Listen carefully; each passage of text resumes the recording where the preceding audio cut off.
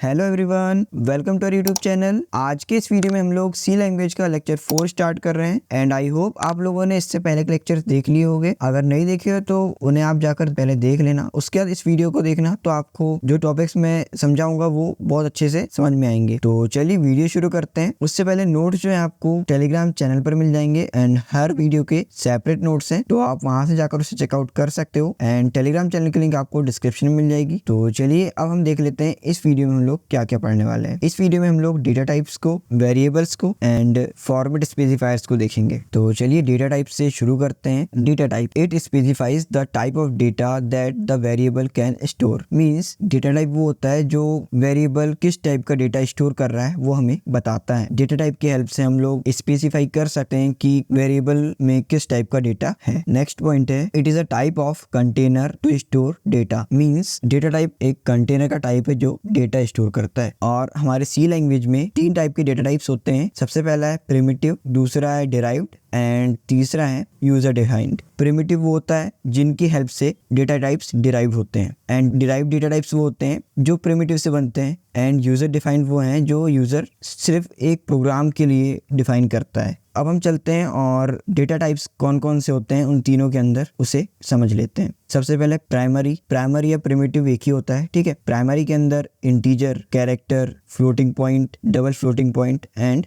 Void, ये सभी जो हैं वो प्राइमरी के अंदर आते हैं। हमें इन्हीं के अंदर वर्क करना है अभी जब तक हम स्टेटमेंट्स वगैरह पढ़ रहे हैं। उसके आगे फिर हम लोग फंक्शंस को, एरे को, पॉइंटर, रेफरेंस, इन सभी को भी आगे पढ़ेंगे। ये जो होते हैं डिराइव्ड डेटा टाइप्स होते हैं हमारे, functions, array, pointer, reference. User defined data types कौन कौन से होते हैं, जैसे class, structure, union, enum, typedef, ये सभी होते हैं हमारे यूजर डिफाइंड डेटा टाइप्स। अब हम साइज एंड रेंज को देख लेते हैं डेटा टाइप्स की क्या होती है। ये याद होना चाहिए, ये कंपलसरी नहीं है बट हमें पता होना चाहिए ये क्या होता है। कई बार क्या होता है, हमें टाइम कॉम्प्लेक्सिटी वाले प्रॉब्लम सॉल्व करना होता है या मेमोरी मैनेजमेंट, मीन्स हमें इतनी मेमोरी में हमें इस प्रोग्राम को सॉल्व करना है, तो उस टाइम पर ये यूज होता है। हमने अभी इंटीजर को देखा, हम इंटीजर से समझ लेते हैं क्या चीज है ये। तो इंटीजर का साइज जो होता है वो 2 बाइट्स है और इसे बिट्स में अगर कन्वर्ट करेंगे हम लोग तो 16 बिट्स होता है। बट ये 32 बिट ऑपरेटिंग सिस्टम जो होता है उस पर 2 बाइट्स दिखाता है। आज के टाइम में बहुत सारे कंपाइलर और बहुत सारे डिवाइसेस आ चुके हैं जिनमें वो अलग अलग साइजेस शो करता है।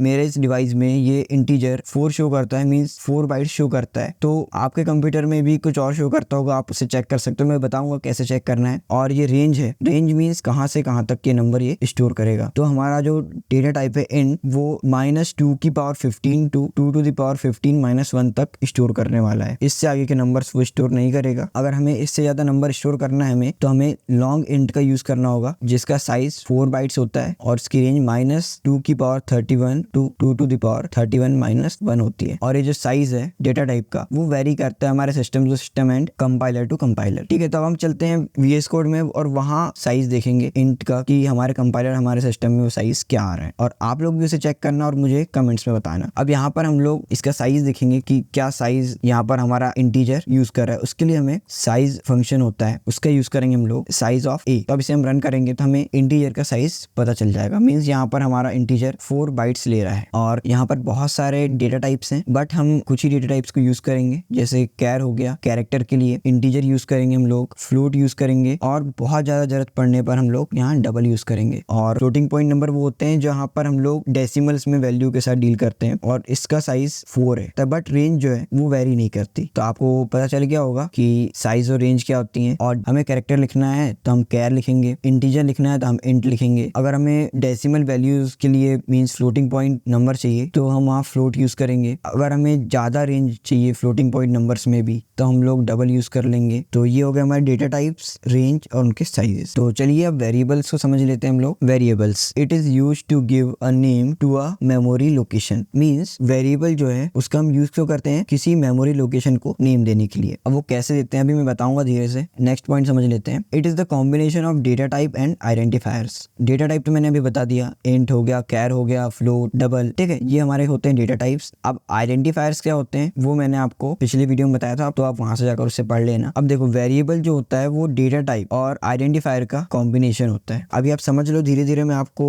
इसी वीडियो में आगे बताते जाऊंगा तो अच्छे समझ में आ जाएगा। अब हम चलते हैं और रूल्स पढ़ लेते हैं फॉर डिफाइनिंग वेरिएबल इन सी। ये रूल्स सिमिलर टू आइडेंटिफायर है। तो फर्स्ट पॉइंट लिखा है हमारे पास, can contain alphabet, digit and underscore. A variable name can start with alphabet and underscore only. ये मैंने बताया हुआ है। ये वाला पॉइंट बताया हुआ है, can not start with digit. ये पॉइंट मैंने नहीं बताया था। Keywords and white spaces are not allowed. Means क्या होता है कि कीवर्ड्स मैंने आपको बताया हुआ है क्या होते हैं, और वाइट स्पेसेस मींस जैसे जो वाइट स्पेस मींस हम खाली जगह छोड़ते हैं, वो अलाउड नहीं होता वेरिएबल में यूज करना। Can not use symbol other than underscore. हम अंडरस्कोर के अलावा किसी और सिंबल को यूज नहीं कर सकते। अब यहाँ वैलिड वेरिएबल्स कौन कौन से हैं और इनवैलिड वेरिएबल्स कौन कौन से हैं उनको देख लेते हैं, तो इससे सभी पॉइंट्स क्लियर हो जाएंगे। इंट कोड, इंट कोड लिखे हम लोगों ने। ये इंट क्या है, हमारा डेटा टाइप है, और ये हमारा क्या है, आइडेंटिफायर, और इनसे मिलकर क्या बन गया हमारा वेरिएबल। इंट कोड ये हमारा वैलिड वेरिएबल है। कैर C1, हम यहाँ पर डिजिट भी यूज कर सकते हैं। कोई ऐसी बात नहीं है कि हम डिजिट यूज नहीं कर सकते, हम डिजिट यूज कर सकते हैं, बट हमें अल्फाबेट से या फिर अंडरस्कोर से स्टार्टिंग करनी है। एक और लिखा है हमने, फ्लोट अंडरस्कोर सम 34, मीन्स हम अंडरस्कोर, अल्फाबेट, डिजिट इन तीनों को यूज कर सकते हैं। ठीक है, तो ये हमारे वैलिड वेरिएबल्स हो गए। अब इनवैलिड वेरिएबल हमने इंट 9 वैर करके बना लिया है, तो हमारा यहाँ स्टार्टिंग 9 से हो गई, इसीलिए ये इनवैलिड हो गया। एक और हमने बना लिए इंट डेटा टाइप करके, डेटा और टाइप के बीच में यहाँ व्हाइट स्पेस आ गई, ये इनवैलिड हो गया। और एक और है इंट ए हैश, ये इनवैलिड हो गया। क्यों हुआ? क्योंकि यहाँ पर ये हैश जो है सिंबल, अंडरस्कोर के अलावा हम किसी और सिंबल को यहाँ यूज नहीं कर सकते, बट हमने यहाँ यूज किया इसलिए इनवैलिड हो गया। फ्लोट कॉन्स्ट, कॉन्स्ट मैंने बताया हुआ कीवर्ड होता है। हमने यहाँ फ्लोट तो डेटा टाइप हो गया हम लोग का, बट हमने उसके साथ में कीवर्ड यूज कर लिया, इसीलिए ये इनवैलिड हो गया। कैर डॉलर डिव, अब हम लोगों ने डॉलर यूज कर लिया, इसीलिए ये इनवैलिड हो गया। तो ये वैलिड एंड इनवैलिड वेरिएबल्स हैं, आप जिन्हें अच्छे से पढ़ लो एक बार तो आपको अच्छे समझ में आ जाएंगे। अभी हम चलते हैं और देख लेते हैं वेरिएबल को डिक्लेयर कैसे करते हैं और इनिशियलाइज कैसे करते हैं। डिक्लेरेशन ऑफ वेरिएबल हमारा एक प्रोग्राम है, और हमारा ए क्या है, वेरिएबल है। ये वेरिएबल जो है इसे डिक्लेयर करना है, तो हमें सिर्फ इंट और उसका नेम लिखना है, और उसके बाद में हमें ये सेमीकोलन यूज करना है, तो हमारा वेरिएबल डिक्लेयर हो जाएगा। अब इनिशियलाइजेशन क्या होता है वेरिएबल का, ये हमारा प्रोग्राम है। अब इनिशियलाइजेशन क्या होता है, हमने कोई वैल्यू दे दी है, जैसे यहाँ दिए हैं इंट ए इक्वल्स टू 3.14, ये हमारी ए की वैल्यू हो गई। इनिशियलाइज कर दी हमने कि हमारी ए की वैल्यू 3.14 से स्टार्ट होगी, या हम 0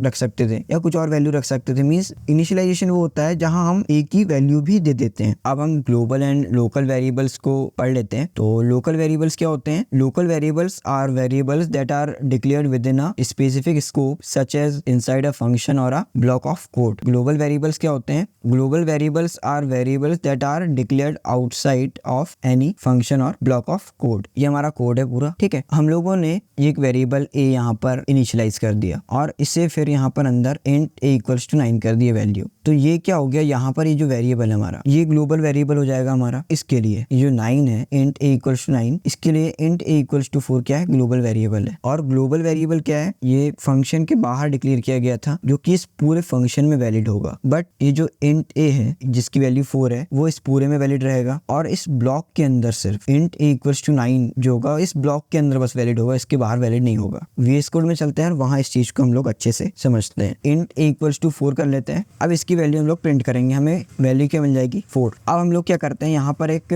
ब्रेसेस की हेल्प से एक ब्लॉक बना लेते हैं, और यहाँ पर इंट ए जो ए की वैल्यू है उसको हम लोग क्या कर देते हैं, 7 कर देते हैं। अब यहाँ पर अगर हम लोग प्रिंट करना चाहें ए की वैल्यू को, तो हमें क्या मिलेगी, हमें फर्स्ट में वैल्यू 4 मिल रही है, फिर नीचे क्या हो गई, 7 हो गई। मीन्स इस एरिया में जो है हमारी वैल्यू 4 है, बट इसके अंदर आते ही वो इतने पार्ट में 7 हो गई। अब इसके बाहर हम प्रिंट करते हैं तो हमें वैल्यू फिर से 4 मिल जाएगी। अब हम रन करके देखते हैं तो हमें यहाँ पर 4, 7 एंड फिर 4 मिल गई। मीन्स ये जो हमारा इंट ए इक्वल्स टू 7 जो है वो हमारा है लोकल वेरिएबल, और वो इसी प्लेस तक के लिए बस वैलिड है, इसके बाहर वो वैलिड नहीं है। अब हम समझ लेते हैं ग्लोबल वेरिएबल्स को क्या होते हैं वो। अब यहाँ पर हमने इंटीजर ए की वैल्यू को 5 कर लिया है। अब अगर हम लोग रन करेंगे यहाँ पर तो हमें 5 वैल्यू मिल जाएगी, और फिर वैसे ही ब्लॉक अगर हम लोग यहाँ पर फिर बनाएंगे, इंट ए इक्वल्स टू 6 कर देंगे यहाँ पर, फिर यहाँ पर प्रिंट करेंगे हम लोग, तो हमें फिर से वो वैल्यू 6 मिल जाएगी। ऐसे ही जैसे हमारा भी लोकल वेरिएबल्स हम चेक कर रहे थे। ये क्या हो गया, लोकल वेरिएबल। किसके लिए, इस चीज के लिए, इसके लिए सभी लोकल वेरिएबल्स हैं। यहाँ पर अगर हम लोग एक इंटीजर बना लेते हैं तो अब देखो यहाँ पर वो वैल्यू क्या हो जाएगी, 4 प्रिंट होगी। क्या होता है, लोकल वेरिएबल की वैल्यू प्रिंट होती है। अगर लोकल वेरिएबल नहीं है, यहाँ से हम लोग इस वेरिएबल को हटा दें और इसको भी हटा देते हैं हम लोग, ठीक है। अब यहाँ पर हमारे पास दोनों जगह 5 प्रिंट होगा, क्योंकि क्या लोकल वेरिएबल नहीं है। अगर लोकल वेरिएबल है तो हमारा लोकल वेरिएबल प्रिंट होगा। यहाँ पर यही चीजें लिखी थी कि जो वेरिएबल डिक्लेयर होते हैं, ठीक है, with in a specific scope, जैसे इनसाइड अ फंक्शन या इनसाइड अ ब्लॉक। हमने ब्लॉक बनाया था, उसके अंदर अगर हम डिक्लेयर कर रहे हैं तो हमारा क्या है, लोकल वेरिएबल है। ग्लोबल वेरिएबल वो होते हैं जो ब्लॉक के बाहर रहते हैं, आउटसाइड ब्लॉक या फिर फंक्शन के बाहर। मींस फंक्शन के बाहर मींस यहाँ पर ये फंक्शन है हमारा, इसके बाहर मींस यहाँ पर अगर कोई वेरिएबल है तो वो हमारा क्या है, ग्लोबल वेरिएबल। या इस ब्लॉक के बाहर है वो, तब भी ये हमारा ग्लोबल वेरिएबल होगा इसके लिए। और ये जो होगा ये सभी के लिए ग्लोबल वेरिएबल है। तो चलिए अब हम फॉर्मेट स्पेसिफायर को समझ लेते हैं। Format specifiers, the format specifier are used in C for input and output purpose. Format specifier हम क्यों यूज करते हैं, इनपुट एंड आउटपुट लेने के लिए सी में। ये जो हमारा %d है, ये हमारा क्या है, फॉर्मेट स्पेसिफायर है। हमें आउटपुट देना है ए को, इसीलिए हम इसे यूज कर रहे हैं। This helps compiler to understand which type of data is used during taking input and printing output. ये हेल्प करता है कंपाइलर को समझने में कि किस टाइप का डेटा हम लोग इनपुट ले रहे हैं या आउटपुट दे रहे हैं। They are used with string literals or in place of it. Means हम इन्हें स्ट्रिंग लिटरल्स के साथ यूज कर सकते हैं या